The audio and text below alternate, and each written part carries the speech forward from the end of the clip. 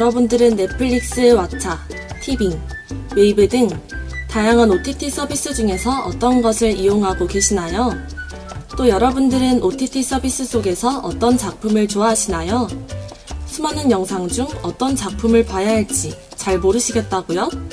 지금 여기 팝콘 티겨가 알려드리겠습니다. 저희와 함께해요. 팝콘 티겨 팡팡!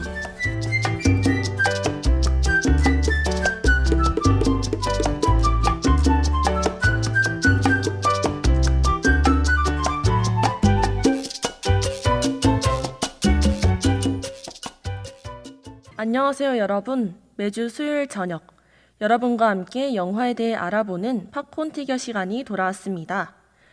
OTT 서비스가 활발하게 이용되고 있는 요즘 OTT 서비스 속 작품을 소개해주는 팝콘 티겨에 저는 전북대학교 방송국 아나운서 강주연입니다. 여러분, OTT 서비스가 무엇인지 아시나요? OTT 서비스란 인터넷을 통해 미디어 콘텐츠를 시청할 수 있는 서비스인데요. Over the top, 셋톱박스를 너머의 줄임말로 셋톱박스에 국한되지 않고 다양한 기기를 통해 서비스를 제공하겠다는 의미를 담고 있습니다. OTT 서비스에서 많은 영상을 제공하고 있는 만큼 시청할 영상을 선정하는 데 시간을 많이 할애하실 것 같아요. 물론 저도 그랬고요. 그래서 여러분께 작품을 소개해드려 작은 도움이라도 돼보려고 합니다. 먼저 노래 한 곡 듣고 올게요. 옐로우 벤치의 여름밤 하늘. 여러분, 코로나19 사태가 발생하기 이전 마스크 없이 생활하고 해외여행도 가고 사람 북적이는 축제를 갈 수 있었던 때가 그리우시죠? 그렇게 아무 걱정과 두려움 없이 지내던 것이 일상이었을 땐 소중함을 몰랐었는데요. 오늘은 이처럼 일상의 감사함에 대해 생각해 볼 수 있는 영화를 하나 소개해 드리려고 해요. 오늘의 영화, 세계적인 재난 사태와 인류 멸종 위기는 코로나 사태로 인해 전 세계가 고통을 받는 현 시국이 떠오르게 합니다. 영화 속 인물들은 다시는 일상 속으로 돌아갈 수 없을지도 모르고 그렇게 막막해진 현실이 일상이 되어버리죠. 오늘의 영화는 과연 무엇일까요? 힌트는 세계적인 재난 사태, 인류 멸종 위기, 이 키워드에 있는데요. 노래 한 곡 더 듣고 어떤 영화인지 알아보도록 해봅시다. 노래 듣고 올게요. 라브의 Fuck I'm Lonely. 네, 노래 듣고 왔습니다. 오늘의 영화는 바로 버드박스입니다. 여러분, 혹시 이 영화를 보신 적 있으신가요? 본격적으로 버드박스에 대해 알아보기 전에 감독과 배우에 대해 한번 알아보려고 합니다. 이 영화의 감독과 배우들은 누구일까요? 버드박스의 감독인 수잔 비에르는 다양한 영화제에서 관객상, 외국어 영화상, 감독상, 코미디상, 그리고 최근 2016년엔 에미상 리미티드 시리즈 영화 부문에서 감독상을 받은 이력이 있습니다. 그리고 영화 속 여자 주인공 멜러리 역할을 맡은 산드라 블록은 1964년 미국에서 태어나 1987년 영화 행맨으로 데뷔했습니다. 영화 블라인드 사이드를 아시나요? 이 영화도 오늘의 영화와 마찬가지로 넷플릭스에서 감상하실 수 있으신데요. 버드박스의 주연 산드라 블록이 이 영화에서도 주연을 맡기도 했습니다. 그리고 또 유명한 영화 그래비티에서도 주연을 맡고 영화 미니언즈에선 스칼렛 오버킬 목소리를 연기했다고 합니다. 그만큼 그녀의 수상 경력도 대단한데요. 다양한 영화제에서 여우주연상, 여자인기상, 여배우상 등을 받고 2010년엔 한 해에만 골든글로브 시상식과 아카데미 시상식, MTV 영화제 등 9개의 시상식에서 상을 받은 이력도 있습니다. 정말 대단한 배우인 것 같은데요. 벌써 그녀의 연기가 기대됩니다.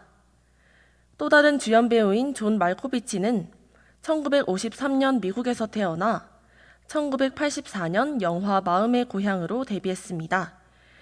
그는 영화 이름을 말하면 하나쯤은 보거나 들어봤을 법한 영화에 출연을 많이 하였는데요. 영화 주노, 트랜스포머 3, 원바디스, 마다가스카의 펭귄, 나는 악마를 사랑했다 등 이 외에도 엄청나게 많은 작품에 참여한 이력이 있습니다. 게다가 나무조연상, 영화제 특별상, 영화 메리트상, 평생공로상 등 다양하게 수상을 한 이력이 있습니다. 존 말코비치가 많은 작품에 참여한 경험이 있는 만큼 여러분도 존 말코비치의 연기를 한 번쯤 봐보셨을 것 같아요. 이런 대배우들이 참여한 버드박스, 여러분도 기대되시죠?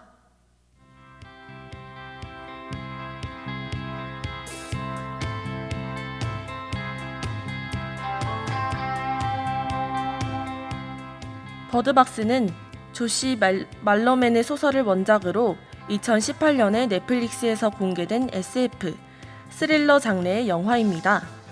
첫 해 4천만 조회수를 달성하고 2019년엔 8천만 이상으로 현재까지도 추천 순위에 꾸준히 오르고 있는 작품입니다. 그래서 여러분이 보셨을 것 같기도 해요. 그렇지만 전 이 영화를 한 번 봤을 때는 잘 이해하지 못했었는데요. 과거와 현재의 장면 전환이 이해가 되지 않기도 했고 무서워서 중간에 눈을 가리면서 봤던 기억이 있어요. 영화는 볼 때마다 느낀 점이 다르고 감회가 새롭다고 하는데 저도 마찬가지로 볼수록 이해가 잘 되고 해석을 보고 나니 이렇게도 이해할 수 있구나 싶었어요. 그러니 여러분들 중에서도 버드박스를 이미 보셨던 분도 오늘 팝콘 티격을 통해 다시 한번 그 감정과 기억을 회상해보고 한 번 더 시청해보시는 건 어떨까요?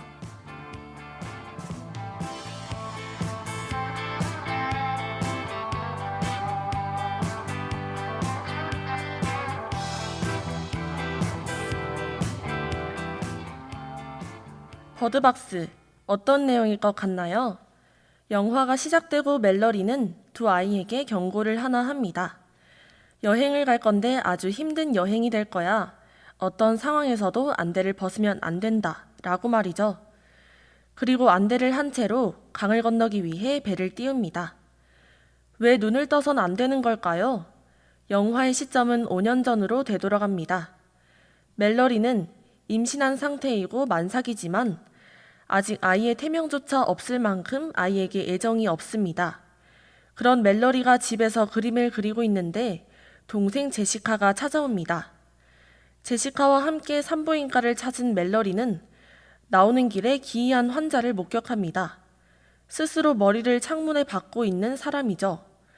멜러리는 서둘러 제시카의 차에 오르지만 집으로 돌아가는 길 도로는 아비규환 그 자체입니다. 교통사고가 난무하며 자살 시도를 하는 사람들이 보이죠. 사람들이 바로 알 수 없는 존재인 그것을 봤기 때문인데요. 게다가 운전 중인 제시카도 그것을 보는 바람에 트럭에 몸을 던져 자살합니다. 혼자 남은 멜러리는 몇 명의 사람들과 한 집으로 피신합니다. 집으로 피신한 사람들은 인근 마트에서 먹을 것을 가져오기 위해 차량의 유리를 막고 떠납니다. 그것을 보지 않기 위해서죠. 그렇게 간신히 내비게이션으로만 보며 마트로 가서 식량과 생활용품을 담습니다. 그때 어디선가 살려달라는 울음소리가 들리고 사람들은 그 울음소리를 찾아 도와주려고 하죠. 울음소리는 바로 창고 문 뒤에서 들립니다. 그리고 그 사람을 도와주려는 순간 그는 괴물처럼 변해 마트에 있는 사람들을 공격하려 합니다. 그렇게 한 명이 희생되고 마는데요. 멜러리는 새가 악령을 보면 날뛴다는 것을 알아차리고 새장을 챙깁니다. 그렇게 남은 사람들은 무사히 집으로 돌아가는데요. 그 무리 속 한 커플이 차를 가지고 도망치는 바람에 사람들은 다시 마트로 갈 수 없는 상황에 처합니다. 그렇게 끔찍한 상황에 놓여 있는 그들. 상황은 어떻게 흘러갈까요? 노래 한 곡 더 듣고 알아보도록 해봅시다. 카더가든의 6-9 듣고 올게요. 얼마 뒤 게리라는 남성이 집 문을 두드렸고 집에 있던 임산부 올림피아가 문을 열어줍니다. 사람들은 게리의 말을 통해 눈을 가리지 않고 그것을 봐도 죽지 않는 사람의 존재를 알게 되어 그를 받아들이기로 합니다. 멜러리와 올림피아는 동시에 출산합니다. 멜러리는 남자아이, 올림피아는 여자아이를 낳았습니다. 다들 출산으로 정신없는 사이 게리가 이상한 행동을 보입니다. 새장을 냉동실에 넣고 멜러리와 톰을 제외한 모든 사람을 죽입니다. 정신병자는 그것을 봐도 죽지 않는데 게리가 바로 그 존재였던 것이죠. 그것에 노출되지 않은 사람이 그것을 본 정신병자와 눈을 마주치게 되면 그것을 본 것과 같은 행동을 하게 됩니다. 자살하게 되는 거죠. 그렇게 모든 사람이 죽고 게리의 공격으로 쓰러져 있던 톰은 바닥에 있던 총으로 게리를 죽입니다. 올림피아는 죽기 전 멜러리에게 자신의 아기를 잘 부탁한다고 말하고 죽고 맙니다. 멜러리와 톰 그리고 아이들은 함께 그 집에서 5년 동안 살아갑니다. 그렇게 멜러리와 톰은 연인 사이로 발전하고 멜러리는 아이들을 이름도 없이 보이와 걸로 부르며 엄격히 대했습니다. 어느 날 톰은 릭이라는 사람과의 무전을 통해 안전한 단지 같은 곳이 있다는 것을 알게 됩니다. 그곳에 가려면 강 하류를 타고 급류까지 내려온 후 새소리를 따라 이동해야 하죠.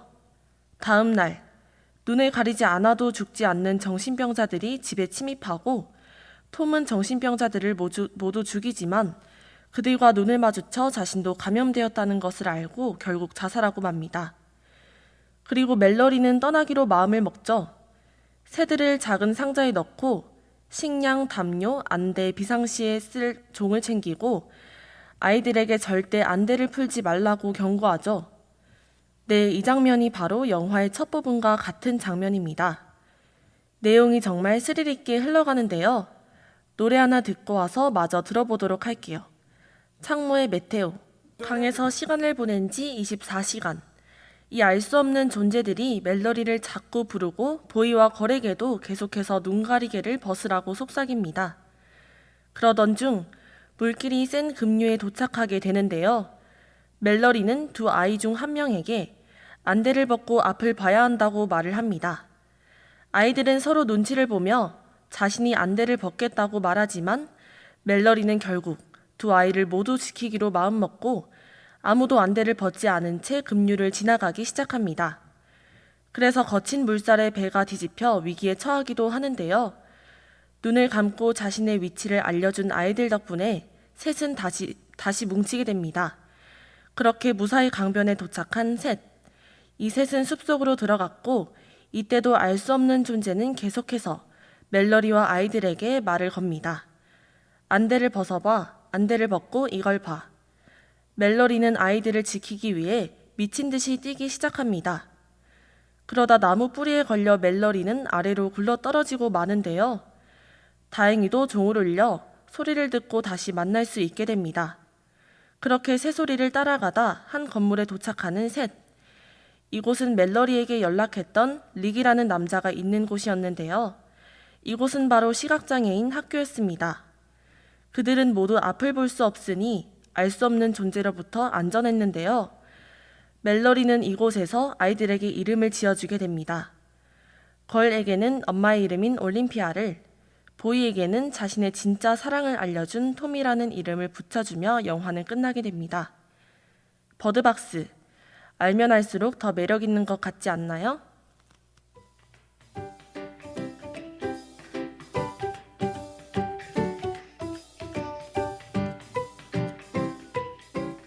지금은 6시 40분, 영화 버드박스에 대해 소개해드리고 있는데요.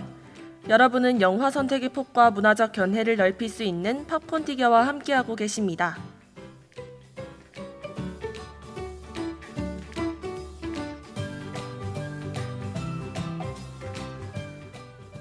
끝내 그 알 수 없는 존재에 대해 나오진 않았지만 덕분에 더욱 긴장감 있게 보실 수 있을 것 같아요. 이 영화는 해석을 보면 또 다른 감상 포인트가 생기는데요. 사람마다 해석이 다를 수는 있지만 대부분이 시각에 관한 해석인 것 같아요.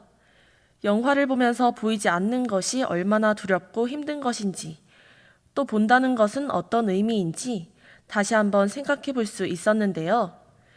그리고 이와 더불어 사회적 약자의 희생에 대한 메시지도 얻을 수 있습니다. 멜러리는 급류에서 앞을 보아야 할 아이를 선택할 때 보이도 걸도 선택하지 않았습니다. 희생되어 마땅한 사람은 없다는 것을 알려주고 있죠. 그리고 마지막에 멜러리네가 도착한 시각장애인 시설. 이곳에서는 시각, 인종, 나이, 성별 등에 상관없이 모두가 평등한데요. 이들은 볼 수 없기 때문에 차별할 수 없죠. 즉, 다시 말하자면 볼 수 있기에 차별할 수 있다는 것이죠. 그리고 이들은 모두가 평등한 곳임에도 결코 이 장소를 벗어날 수 없습니다. 그 알 수 없는 존재가 무엇인지, 어떻게 하면 사라질 수 있는지 알 수 없기 때문이죠. 이는 결국 현실에서 완전한 평등이 실현되는 것에는 한계가 있음을 보여주는 것이 아닌가 하는 생각이 들게 합니다. 영화 버드박스가 더 궁금하시다면 넷플릭스에서 감상하실 수 있습니다. 노래 하나 듣고 올게요. 효린 창모의 블루문.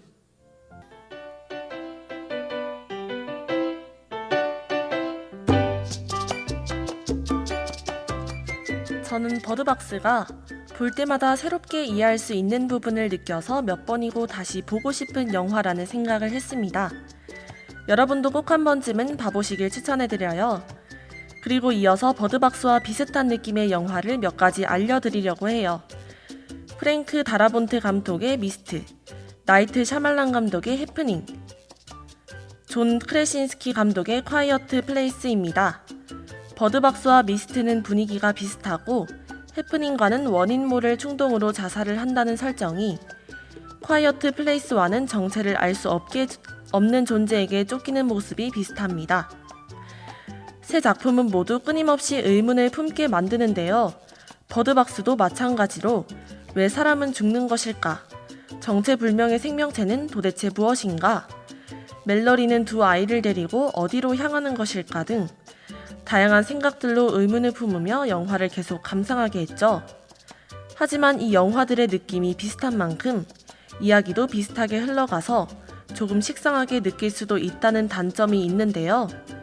이런 SF 스릴러 장르를 좋아하신다면 볼법하다고 생각합니다. 여러분, 오늘의 영화 버드박스도 재밌게 들으셨나요? 다음 주엔 더욱더 재미있는 작품으로 찾아뵙겠습니다. 그럼 이제 마지막으로 B1A4의 어메이징 듣고 마무리해보도록 할까요? 지금까지 제작 연출의 김예진, 기술의 정상록, 진행의 저는 강주연이었습니다. 감사합니다.